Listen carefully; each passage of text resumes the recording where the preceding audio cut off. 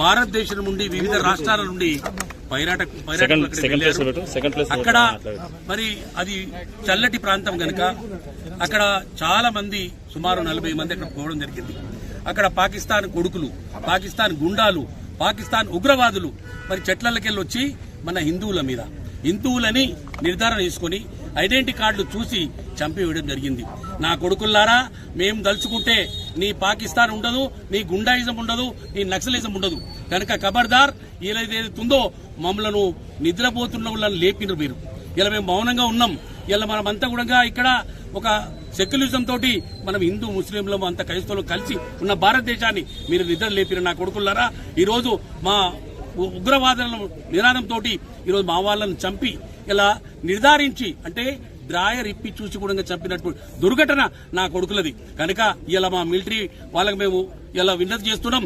ఈ నా కొడుకులను ఎక్కడికక్కడ ఏరి పారేసి కాకులకు గద్దలకు వాళ్ళ మాంసం ముద్దలు పంచి వేయాలి. కనుక ఈరోజు మన అఖిల భారత సమావేశం జరుగుతుంది.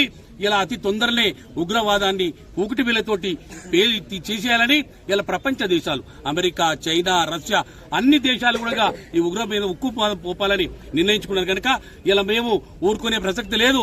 మా వాళ్ళని మళ్లీ కాశ్మీర్ లో ఇలాంటి సంఘటనలు జరిగితే ఎక్కడికక్కడ మిమ్మల్ని కాల్చి చంపి ఇలా మా మిలిటరీకి ఆర్డర్ ఇవ్వబోతున్నాము.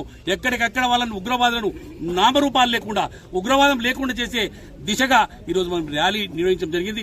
శాంతినగర్లో పెద్ద ఎత్తున మహిళా సోదరిమణులు వచ్చారు, మా కార్యకర్తలు, మా హిందూ వాళ్ళంతా వచ్చారు. కనుక దయచేసి మనమంతా ఐక్యత ఉండాలి, భారతదేశాన్ని కాపాడుకోవాలి, హిందుత్వాన్ని కాపాడుకోవాలని మీ అందరికీ విజ్ఞప్తి చేస్తూ సెలవు తీసుకుంటున్నా.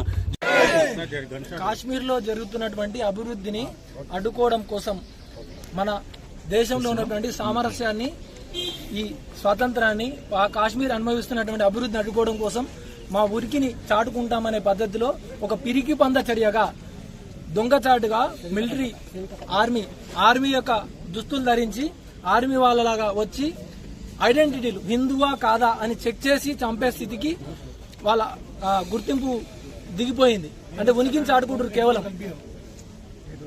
మొట్టమొదటిసారిగా ప్రపంచమంతా గుర్తిస్తుంది. ఇప్పటి వరకు ఎవరు కూడా టెర్రరిజానికి మతం లేదు, గుర్తింపు లేదు అని అనుకుంటున్నారు. టెర్రరిజాన్ని ఎవరు ప్రోత్సహిస్తున్నారో, ఏ మతం వాళ్ళు ప్రోత్సహిస్తున్నారో అందరికీ తెలుసు.